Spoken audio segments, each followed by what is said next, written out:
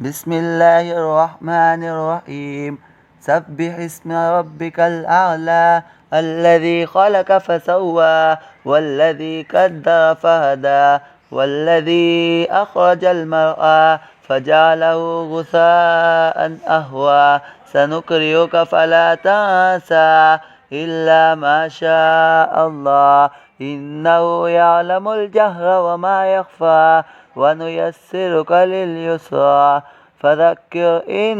نفعت الذكرى سيذكر من يغشى ويتجنبها الأشقى الذي يصلى النار الكبرى ثم لا يموت فيها ولا يحيا قد أفلح من تزكى وذكر اسم ربه فصلى بل تؤثرون الحياة الدنيا والآخرة خير وأبقى إن هذا لفي الصحف الأولى صحف إبراهيم وموسى.